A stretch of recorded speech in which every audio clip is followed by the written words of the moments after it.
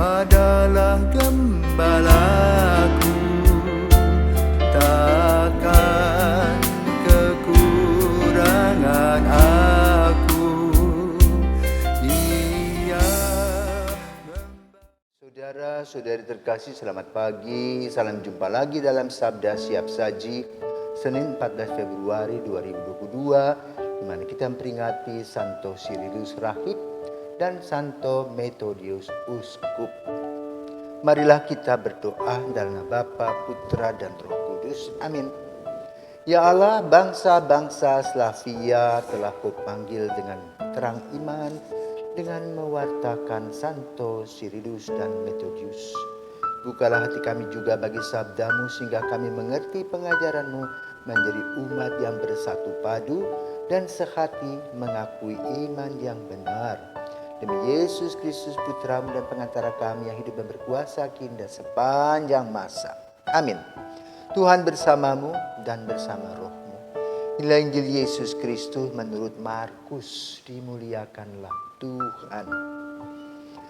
Markus bab 8 ayat 11 sampai dengan 13. Sekali peristiwa datanglah orang-orang Farisi dan bersoal jawab dengan Yesus. Untuk mencobai dia, mereka meminta daripadanya suatu tanda dari surga. Maka mengeluhlah Yesus dalam hati dan berkata, "Mengapa angkatan ini minta tanda? Aku berkata kepadamu, sungguh kepada angkatan ini sekali-kali tidak akan diberi tanda." Lalu Yesus meninggalkan mereka, ia naik perahu dan bertolak ke seberang. Demikianlah sabda Tuhan, terpujilah Kristus. Saudara terkasih, memang unik audiens atau masyarakat yang ada di sekitar Yesus. Macam-macam. Minta ini, minta itu yang kadang-kadang kurang masuk akal. Tapi itulah kedangkalan iman. Maka Yesus terus menggali iman mereka agar iman mereka semakin mendalam dan semakin mengenal siapakah Yesus. Contoh kasus yang diberikan adalah mereka minta tanda. Tanda mujizat sudah banyak. Orang buta, orang lumpuh, orang timpang, orang apa disembuhkan tapi masih minta tanda. Artinya kurang peka melihat kebaikan dan kasih Tuhan. Demikian pula dialami oleh Santo Cyrillus dan Methodius, dua bersaudara yang diminta oleh seorang pangeran di Moravia, bangsa Slavia, untuk bisa mewartakan kabar gembira melalui bahasa mereka, bahasa Slavia.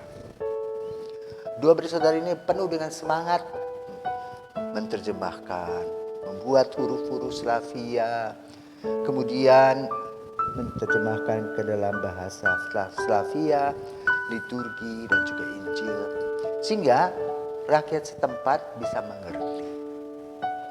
Perlu diketahui baru abad keempat itu orang-orang beberapa tidak suka. Karena memang waktu itu masih menggunakan bahasa Latin. Di luar bahasa Latin itu ada orang yang mengatakan tidak sah.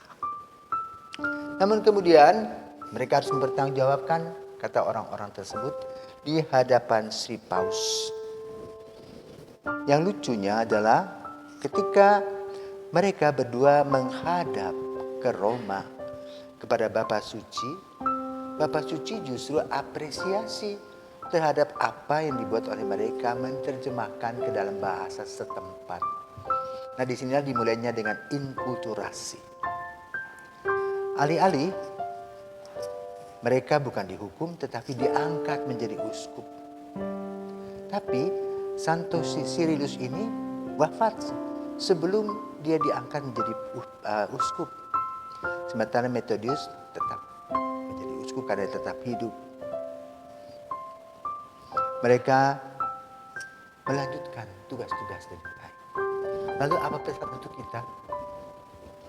Pesan untuk kita adalah kalau kita mempunyai satu niat dan motivasi yang baik, ingat akan ada hambatan. Hambatan itu dimaksud untuk apa? Untuk melumpuhkan niat dan motivasi kita. Kalau kita lemah, habis. Tidak ada apa-apa. Tetapi kita harus memberinya diri kita dengan semangat kuat, tabah dalam menghadapi banyak cobaan dan godaan. Maka kekuatan itulah yang akan melanjutkan niat dan motivasi kita untuk tetap melaksanakan tugas dengan baik. Seperti Santo Cyrilus dan Methodius yang melanjutkan tugas mereka menerjemahkan ke dalam bahasa Slavia untuk pengertian-pengertian tentang iman. Kita bersyukur kita punya seorang atau dua orang kudus, Santo Cyrilus dan Methodius, yang dengan berani mewartakan kabar gembira dan melawan arus pada zaman itu. Karena itu kalau kita mempunyai gagasan-gagasan yang positif, biarpun ada orang yang menentang, baiklah kita pertama discernment. Kedua, kalau kita mendapatkan hasil sebentar mengatakan lanjut, lanjutlah. Tak usah takut. Tuhan selalu menyertai kita. Semoga semangat Santo Cyrilus dan Methodius hadir dalam hidup kita sehingga kita berani menghadapi segala hambatan dan halangan dalam mewartakan kasih Tuhan.